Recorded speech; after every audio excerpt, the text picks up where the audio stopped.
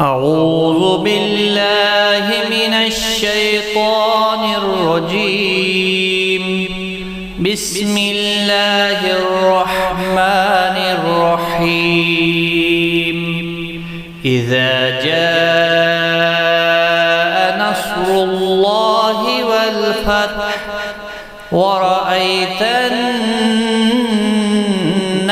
يدخلون في دين الله أفواجا فسبح بحمد ربك واستغفره إنه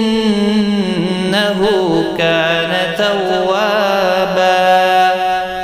صدق الله العظيم.